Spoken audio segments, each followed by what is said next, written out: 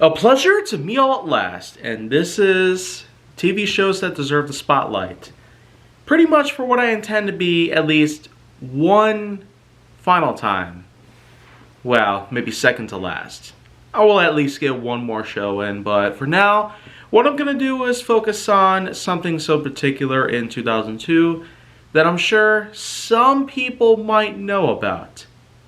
Joss Whedon's Firefly. Yeah, that's right. Basically, a show that's become part of the Fox network.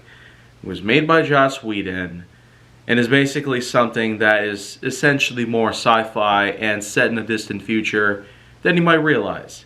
You might think I'm basically just pointing out things that are just straight up boring, but really what it is a series set in the year 2502.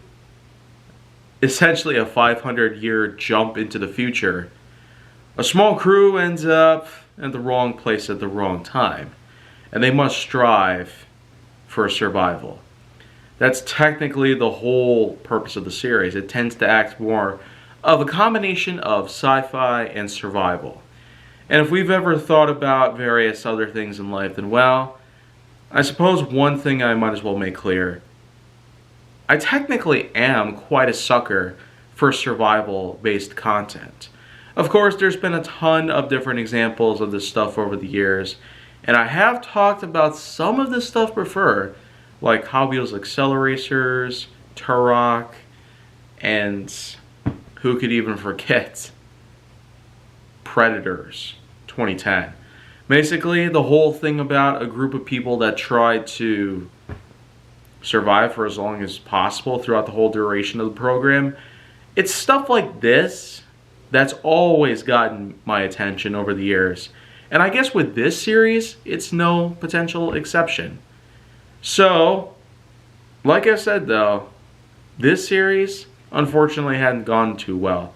The Fox network eventually pulled the plug, and it had only 14 episodes in total from start to finish in 2002. So, I guess we'll just go through those real quick.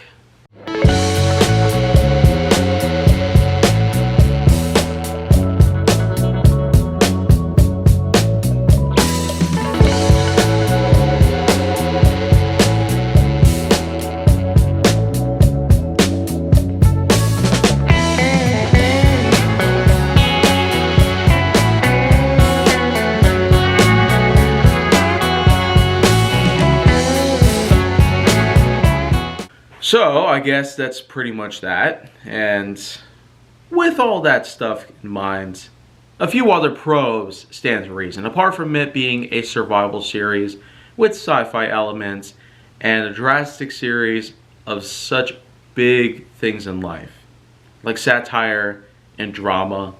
I feel like this series has more pros in it than you might realize, despite the things about it that might not be looked at in a positive manner.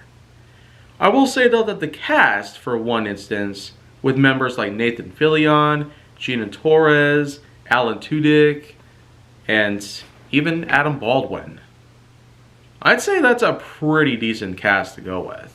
It's probably no level like Outbreak in 1995 or pretty much any of those other not so good movies or shows that hadn't got very well reception over the years, or financing even.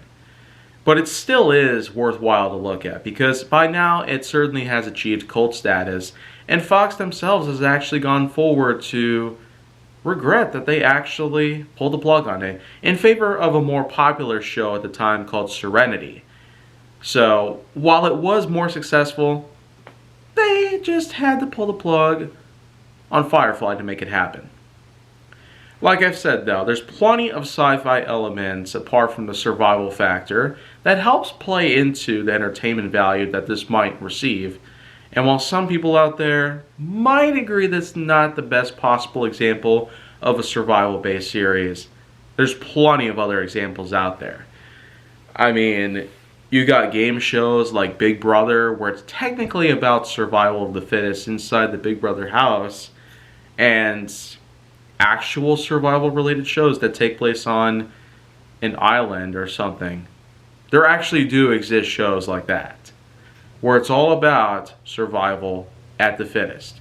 What can you possibly do to strive for long periods of time without the comforts of home or elsewhere that you might recognize?